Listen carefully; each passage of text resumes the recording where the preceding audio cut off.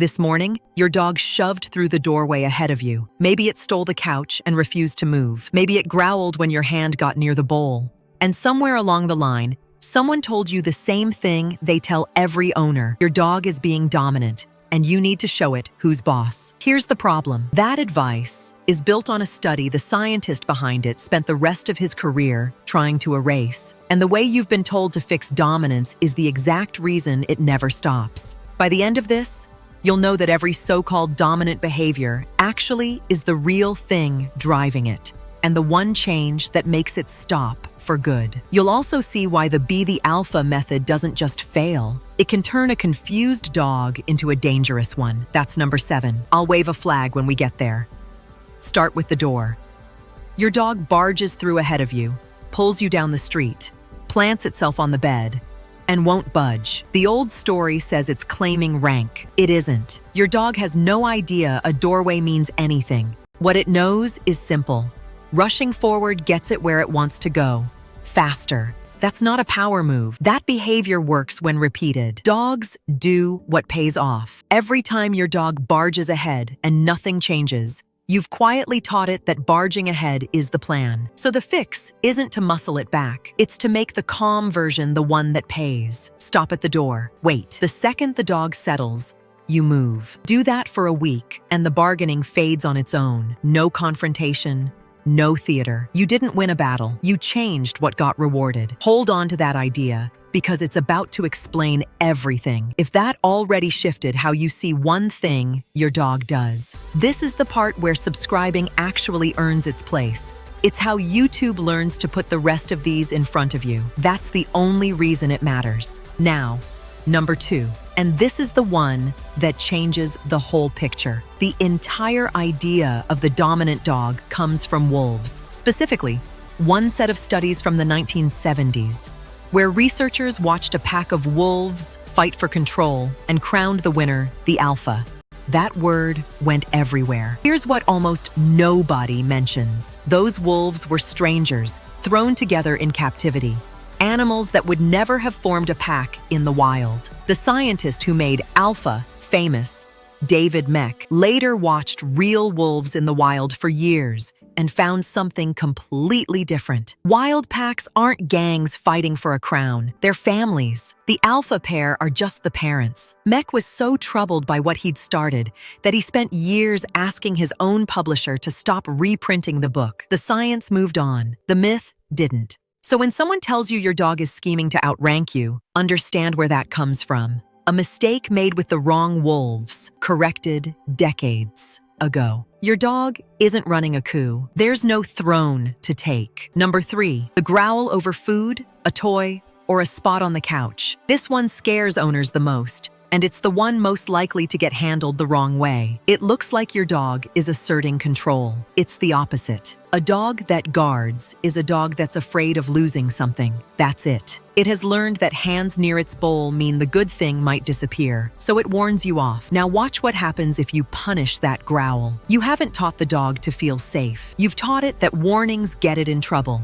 So next time, it may skip the warning and go straight to the bite. The growl was the dog being polite. The fix runs the other way. You want your approach to predict good things, not threats. Walk past, drop something better than what it has, and keep going. Do it enough and the dog stops bracing because your hand stopped meaning loss. You're not tolerating the guarding. You're removing the fear that built it. Try this tonight. Next time your dog does something you'd have called dominant, ask one question instead. What's it actually getting out of this?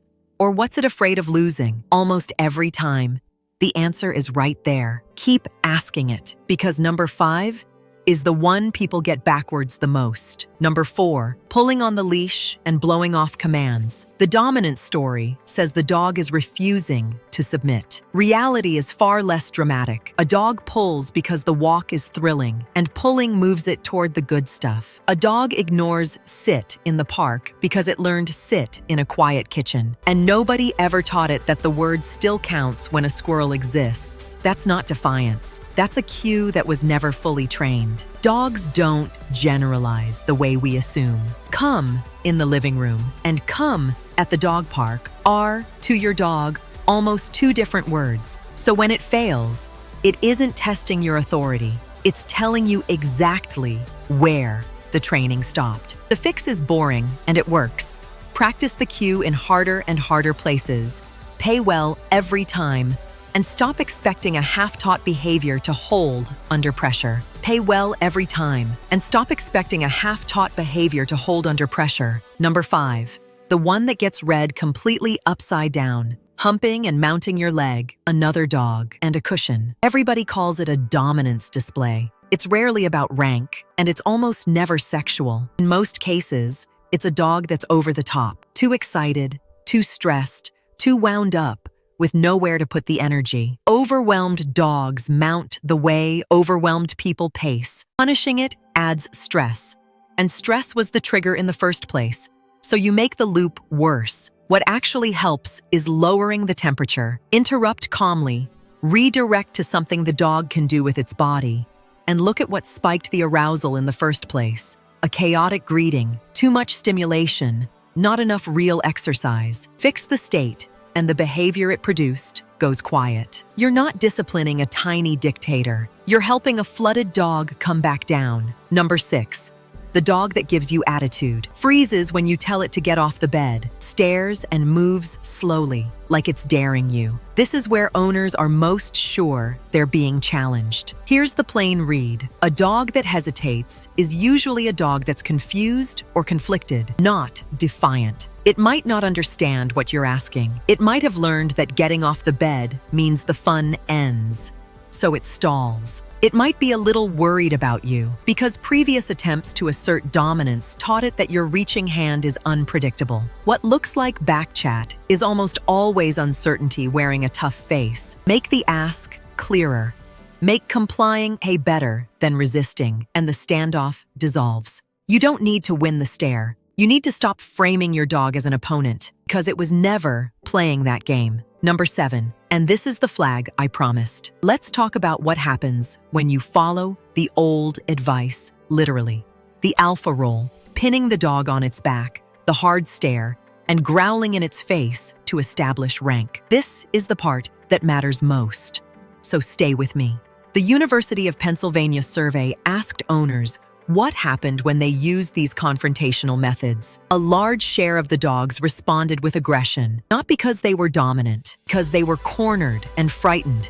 And a frightened animal defends itself. That's why veterinary behavior groups now warn against this stuff outright. The tragedy is the pattern. An owner is told the dog is dominant, uses force to fix it.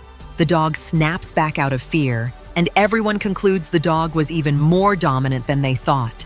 So they use more force, round and round, until there's a bite on the record and a dog that flinches at raised hands. The methods sold to stop dominance are one of the most reliable ways to manufacture aggression. If nothing else here sticks, let it be this. Number 8, and this ties it together. If it was never about dominance, what does actually stop the behavior? One thing under all of it: a dog that knows what to expect and knows what pays. Clear rules that don't change day to day. The stuff you want reliably rewarded. The stuff you don't want made boring and unrewarding instead of being punished. And underneath all of it, the dog's real needs met. Enough exercise, enough sleep, enough to chew on, enough safety. Do that. And the growling, the barging, the mounting, the standoffs quietly lose their reason to exist because the fear and confusion and pent-up energy driving them are gone. You don't dominate a dog into calm. You build the conditions where calm is the easy choice. That's not soft. It's just the version that works. Here's what I want you to sit with. Your dog was never trying to beat you. It wasn't plotting, wasn't climbing a ladder, wasn't waiting for you to slip so it could take the top spot. Because in your dog's world, that ladder doesn't exist. Was scared or unsure or just doing the thing that worked last time. Every behavior you were told to crush was your dog trying to tell you something in the only language it has. The whole time, you thought you were losing a power struggle. There was no struggle. There was a family member, a little confused, waiting for you to understand. Thank you for watching. If this changed the way you see your dog, like, subscribe, and tap the notification bell so you never miss our next deep dive into the world of dogs. And tell me in the comments, Which behavior on this list did you think was dominance until today? I can't wait to hear from you.